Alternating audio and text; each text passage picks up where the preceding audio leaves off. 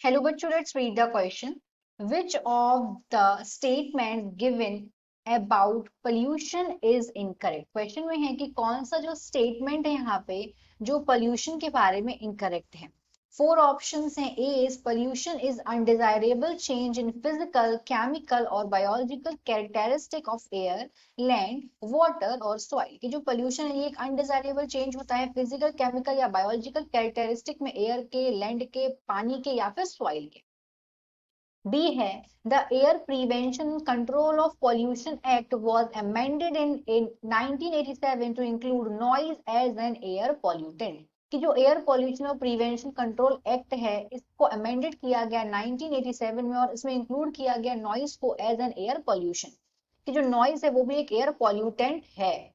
सी में in order to control environmental pollution, the government of India has passed the Environment Protection Act 1976 to protect and improve the quality of our environment।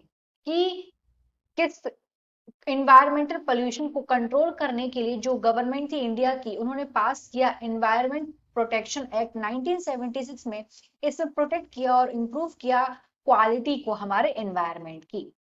D में है all of the ever की जो सारी की सारी यहाँ पे ए बी सी हैं वो बातें इनकरेक्ट हैं। क्वेश्चन का यहाँ पे देखते हैं की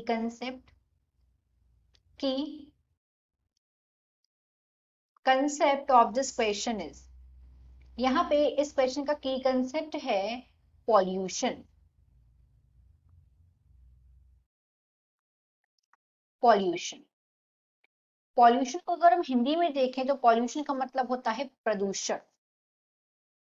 पॉल्यूशन का मतलब है कोई भी अनडिजायरेबल चेंज होना।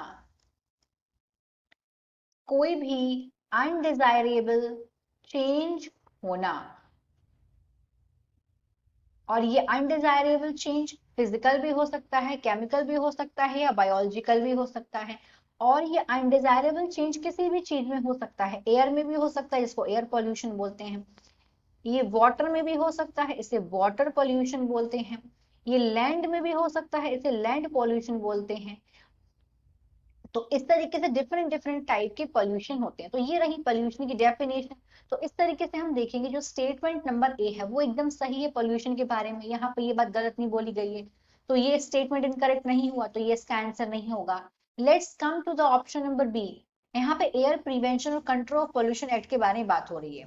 तो ये जो एक्ट है एयर एक्ट इसको एयर एक्ट भी बोलते हैं शॉर्ट में एयर एक्ट। ये एक्ट किसके लिए था प्रिवेंट करना और कंट्रोल करना पॉल्यूशन को। ये आया ये अगर ये किस ईयर में आया तो ये आया है 1981 में। और इसको अमेंडेड किया गया है लेकिन इसको अमेंडेड किया गया है अमेंडेड इसका अमेंडेड का ईयर है 1987।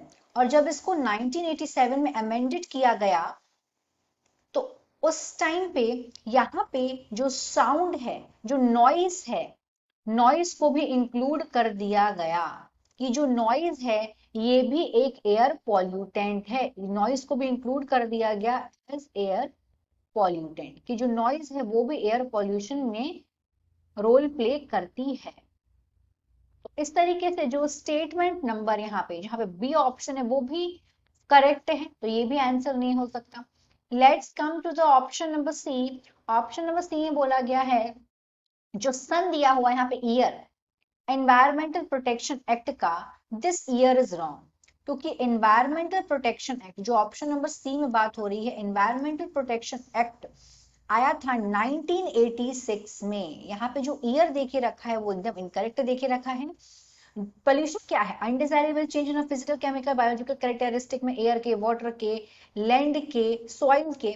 तो ऐसे एजेंट जो ये अनडिजायरेबल चेंज लाते हैं इनको पॉल्यूटेंट बोलते हैं। तो इनको इन एनवायरमेंटल पॉल्यूशन को कंट्रोल करने के लिए इंडियन गवर्नमेंट ने एनवायरमेंटल प्रोटेक्शन एक्ट लाया जो कि 1986 में था। और यहाँ पे क्वालिटी इंप्रूव हो रही थी एनवायरमेंट की। किन चीजों की क्वालिटी को इंप्रूव किया गया यहाँ पे एयर की क्वालिटी को इंप्रूव किया वाटर की क्वालिटी को इंप्रूव किया एज वेल एज यहाँ पे सॉइल की क्वालिटी को इंप्रूव किया। तो इस तरीके से जो ऑप्शन नंबर सी है वो हो गया इनकरेक्ट, ये करेक्ट नहीं है, तो हमारा राइट आंसर हो गया सी। है बोला गया ना हमें इनकरेक्ट बताना है। डी देखेंगे, डी तो हो ही नहीं सकता है क्योंकि ए बी तो ऑलरेडी यहाँ पे सही हो गए हैं। So the final answer of this question is C. In order to control environmental pollution, the government of India has passed the Environment Protection Act 1976 to improve, protect and improve the quality of our environment. Hope you understood it well. Best of luck.